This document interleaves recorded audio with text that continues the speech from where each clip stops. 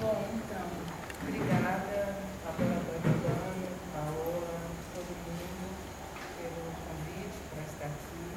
Eu estou bem fora da minha zona de conforto, bem mesmo, mas desde quando eu recebi o convite para estar nessa mesa que se chama, né, Cidades e seus Tempos em Suspensão, eu comecei a viajar exatamente nessa ideia de suspensão do tempo, né? Fiquei um pouco obcecada com isso, pensando sobre isso, e uma das primeiras coisas que me veio à cabeça foi um texto, a lembrança de um texto que eu li há muito tempo atrás, que se chamava O Tempo e os Tempos, do Alfredo Bosio, 92, num livro que eu gosto muito, se chama Tempo e História. Acho que todo mundo aqui deve conhecer esse livro.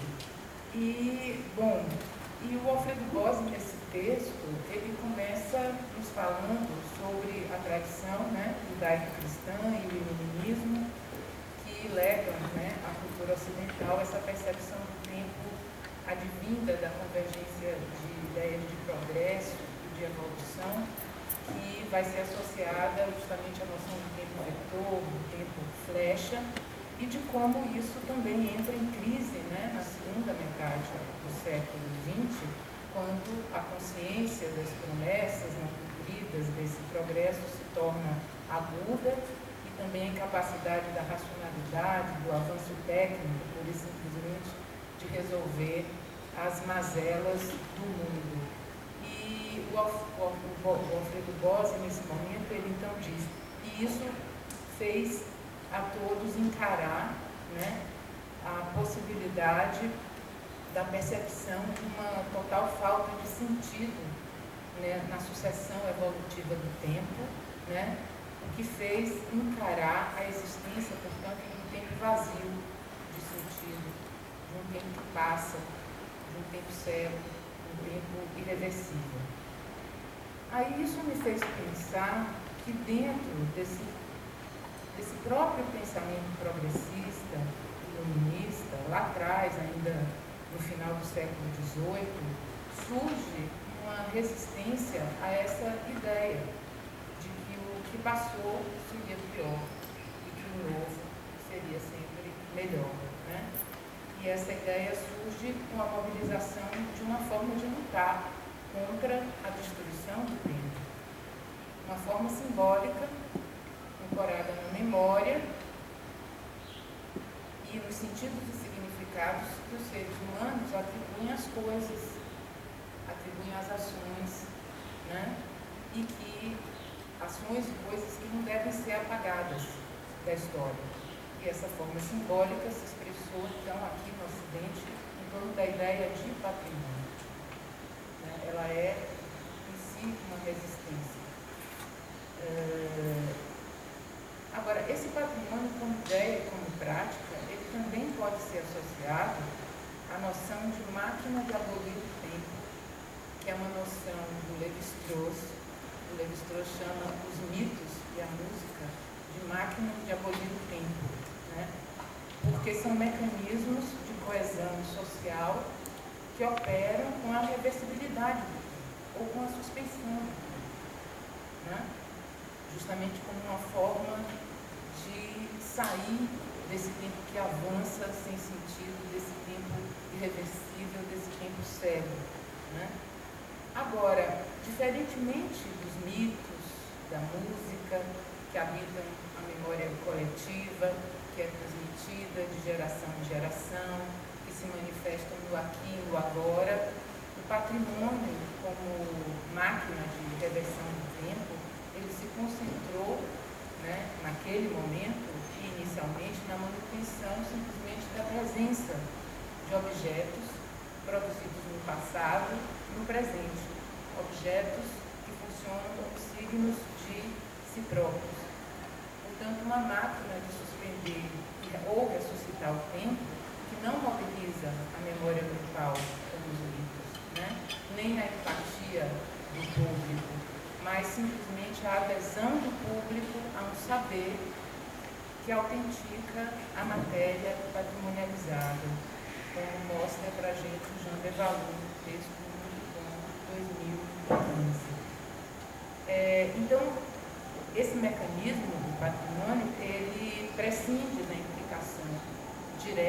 e ativa dos receptores do objeto do passado na construção dos sentidos e significados que permitem suspender o tempo. Aí o exemplo clássico da Carcassonne de Viollet-le-Duc, né? Inventada por Viollet-le-Duc num dado momento. Mas, nessas últimas décadas do século XX, essa máquina patrimonial de abolir o tempo, ela teve as suas fundações abaladas pela noção de patrimônio cultural e material. Uma noção que investe no familiar, no íntimo, no cotidiano, como bem apontou o Daniel Fabbri, num texto maravilhoso de 2016, e que ativa memórias coletivas que combatem esse tempo irreversível, implacável do relógio e trazem de volta um tempo existencial, qualificado por valores e sentidos compartilhados. Então surge no Ocidente o patrimônio que se vive, que se come, que se veste, que se ouve, que se dança e que suspende o tempo, não mais pela submissão ou adesão a um saber, mas mediante palavras, gestos, sons, movimentos, formas, cheiros, sabores, experimentados e vividos no presente. Aí você pode passar. Como acontece no ritual do bem belo mercado de Fortaleza, o candomblé de rua, o único que existe no Brasil. Esse candomblé é realizado na rua, todos os anos, e o lugar dele é o mercado da cidade de Santo Amaro, aqui no recôncavo baiano. Eles usam o espaço do mercado, e nesse espaço do mercado se constrói um barracão de candomblé, com a sua cumieira. Aqui são as fotos da sacralização desse espaço. Ele é ressacralizado todos os anos. Pode passar. Edifica-se uma cumieira, que é o poste central do candomblé, o elemento que faz o vínculo entre o Orum e o Aie, entre o mundo das divindades e o mundo deste mundo. Ela é edificada e realiza-se, vocês estão vendo ali embaixo, diversos xirês, que são as cerimônias públicas do candomblé. Tudo isso em memória da abolição da escravatura e em memória de todos aqueles que lutaram contra a escravidão e de todos aqueles que sobreviveram à própria abolição da escravatura no momento em que milhares de, então, ex-escravos foram jogados no mundo, jogados na rua, como a gente diz popularmente, com uma mão na frente e a outra atrás, né, para buscar a sua própria sobrevivência. E é por isso que toda essa festa, ela também é um presente, é uma retribuição a Iemanjá, que proveu o alimento a todas essas pessoas quando elas foram jogadas na rua, na mariscada, na pescaria, no mar. Então ela termina com um presente a Iemanjá e tem também um xirê, né? Uma cerimônia de homenagem a Iemanjá. Esse ritual já ocorre em Santo Amaro desde 1889. A primeira notícia dele um ano depois da abolição da escravidão, quando um pai de santo resolveu bater um candomblé numa ponte do rio Subaé, inicialmente, né, para comemorar, para celebrar a moda dos próprios ex-escravos, esse acontecimento, né? Mas então, pensando nisso, como que essa forma, então, de suspender, de reverter o tempo, poderia humanizar, dar um novo sentido às arquiteturas e cidades patrimonializadas na maioria das vezes distantes, alheias ao processo social. Como ampliar, para além da adesão a um saber especializado, a empatia com relação a elas, a fim de que elas também façam parte do cotidiano. A lógica ocidental de preservação do patrimônio não parece contribuir muito com isso, além daquela diretriz pragmática de dar um uso contemporâneo ou socialmente relevante a essas coisas. Mas isso, obviamente, não é suficiente para tornar essas coisas próximas, torná-las parte da memória de quem as usufrui. Haveria, então, outras formas de tornar objetos do passado máquinas de trazer de volta um tempo existencial coletivamente significativo? Bom, nas comunidades de terreiro, o tempo é uma divindade, uma dessas formas, e, portanto, em torno disso, uma dessas formas vem sendo praticada há muitas gerações. Pode passar. Vocês estão vendo aí o terreiro do Capivari, na cidade de São Félix, aqui também no Recôncavo Baiano, que corresponde a uma edificação construída em torno de uma cajazeira monumental, que é a principal divindade desse terreiro. Bom, através um pouco dessa notícia, é que eu vou falar um pouquinho dessa outra forma. Bom, segundo essa forma de preservação, ao invés de se buscar a permanência indiscriminada ou específica de objetos e elementos construídos do centro de culto, preserva-se apenas o que é visto pela comunidade como essencial para o fortalecimento do grupo, dos seus vínculos com as divindades que são cultuadas e, sobretudo, o que potencializa, o que transmite axé. Axé é a força que possibilita a existência de tudo e o devir, como já nos ensinou há muito tempo a Joana Elbain dos Santos. O Denis Matos, que foi um orientando meu e que estudou exatamente essa questão, publicou um livro em 2018 sobre isso. Os elementos materiais desses espaços que precisam ser substituídos, e eles são substituídos, eles são ritualmente ofertados ao templo, também chamado de Iroko, a divindade que habita a gameleira branca. E por isso, e dessa forma, então, eles são restituídos à natureza. O que fica é o que traz de volta o tempo existencial que é necessário à continuidade e fortalecimento do grupo. Apenas isso, e mais nada. Mas além dos rituais, que por meio de gestos, palavras, sons, corpos em movimento, manifestam um espaço na memória comum, suspendem o tempo e dão sentido à existência, quais são, então, os elementos construídos e os objetos que devem permanecer nesses terreiros de candomblé? São todos os que têm vínculo com a ancestralidade da casa, com os fundadores da casa.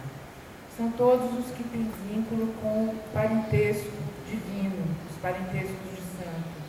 E são todos aqueles que, nos rituais, possibilitam as trocas entre este mundo e o mundo dos deuses. Portanto, aqueles que fortalecem, transmitem, incorporam axé. Tudo mais pode ser substituído ou mudado.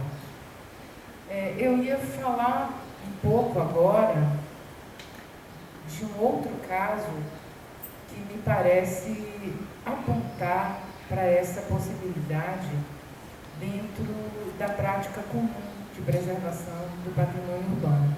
Mas já tem sim, já acabou meu tempo, então eu posso parar por aqui.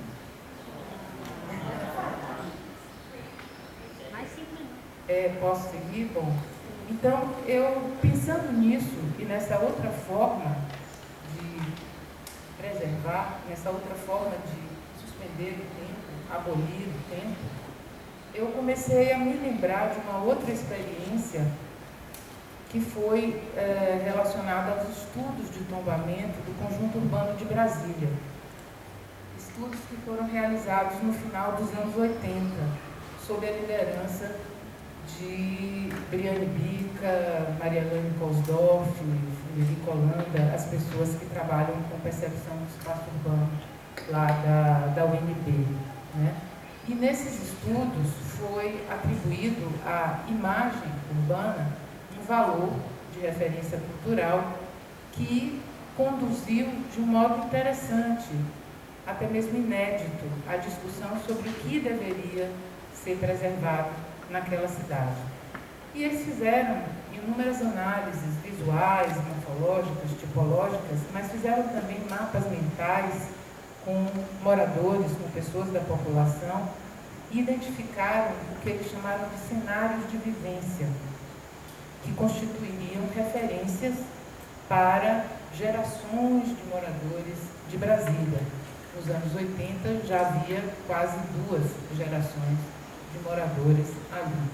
Então, essa abordagem ela buscava possibilitar que aspectos do espaço ficassem abertos a transformações. E assim, visava-se não somente suspender o tempo,